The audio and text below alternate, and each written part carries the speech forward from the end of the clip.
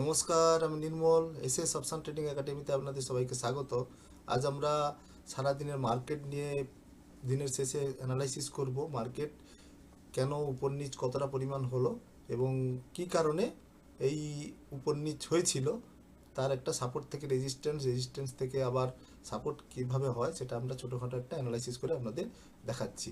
আমরা দিনের একটা সময়ে একটা ভিডিও আমরা দিয়েছিলাম, অ্যানালাইসিস ভিডিও, যে মার্কেট এইখান থেকে এই অবধি যেতে পারে, তারপরে কিন্তু এইখান থেকে নিচে আসতে পারে, সেটা আপনারা হয়তো দেখেছেন। যাই হোক, প্রথম আপনারা মার্কেট ওপেন হওয়ার পর 5 মিনিটের ক্যান্ডেল ওয়াচ করার পর আপনারা দেখবেন, আমরা সবসময় বলেছি যেদিকে সেলারের রেশিও কম থাকবে সেদিকে আমরা একটা এন্ট্রির পরিকল্পনা করব।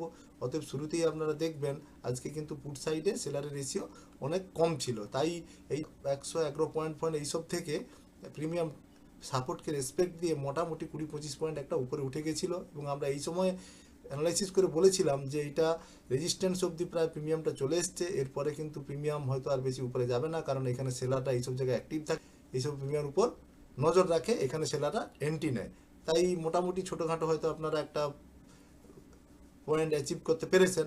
এরপরে এই সময় আমরা বলেছিলাম যে কল সাইডেও দেখুন, লাস্ট আমাদের একটা সাপোর্ট যেটা ছিল 70 টাকা, ওইখানেই কিন্তু প্রিমিয়াম একটা জায়গায় ঘোরাফেরা করেছিল, তারপরে কিন্তু প্রিমিয়াম নিচের দিকে চলে এসছে। যাই হোক, আমরা আগেও বলেছি যখন প্রিমিয়াম দেখবেন আপনার যে প্রিমিয়াম আপনি লাগিয়েছেন সেটা যদি কোনো সময় দেখা যায় যে কোনো অনেক আউট অফ দ্য মানি হয়ে গেছে অথবা অনেক ডিপ ইন দ্য মানি হয়ে গেছে, তখন আপনাকে স্ট্রাইক প্রাইসটা চেঞ্জ করে নতুন প্রিমিয়াম লাগিয়ে আপনাকে সাপোর্ট রেজিস্ট্যান্স লাগাতে হবে।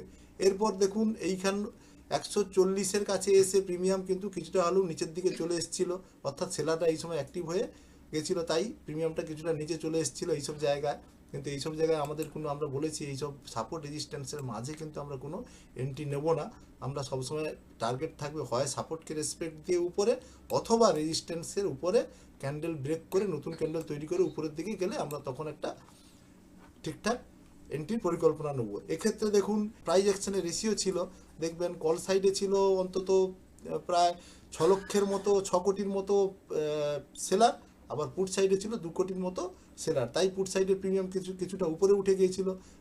1:2 প্রায় 3 মতো এইরকম ছিল, 1:3 বিলো 1:3 ছিল, তাই কিছুটা উপরে উঠে গিয়েছিল। তারপরে কিন্তু প্রিমিয়াম ওয়ান সাইডেড থাকলেও প্রিমিয়াম কিন্তু খুব একটা বেশি উপরের দিকে উঠেনি। তার একটাই কারণ হচ্ছে, আপনি দেখবেন প্রাইস অ্যাকশন যারা দেখতে জানেন তারা দেখবেন প্রিমিয়াম সারাদিনের মধ্যে প্রাইস অ্যাকশনে আপনি রেশিও দেখবেন, সেলারের রেশিও কল সাইডে কিছুটাও যখন বাড়ছে কল সাইডেও বাড়ছে, আবার পুট সাইডেও বাড়ছে, যখন কল সাইডে কমছে তখন পুট সাইডেও কমছে, তাই কিন্তু প্রিমিয়াম এই একটা জোনের মধ্যে ঘোরাফেরা করছে, খুব একটা বেশি আমাকে টার্গেট আপনাকে আজকে দিয়ে যায়নি। ওই 10 পয়েন্ট, 20 পয়েন্ট, 25 পয়েন্ট ছোটোখাটো স্ক্যাল্পিং ছাড়া কিন্তু মার্কেট থেকে আজ খুব একটা বিশেষ, দেখুন আপনি সারাদিন শুরু থেকে মার্কেট ক্লোজ হওয়া অবধি হাই লাগিয়েছিল এই 170-72, অর্থাৎ সারাদিনে 60-65 পয়েন্ট আপনি সারাদিনে মধ্যে ঘোরাফেরা করেছে মার্কেট। এই জন্য আপনাকে সবসময় প্রাইস অ্যাকশন দেখা শিখতে হবে। প্রাইস অ্যাকশন আপনি দেখবেন ওয়ান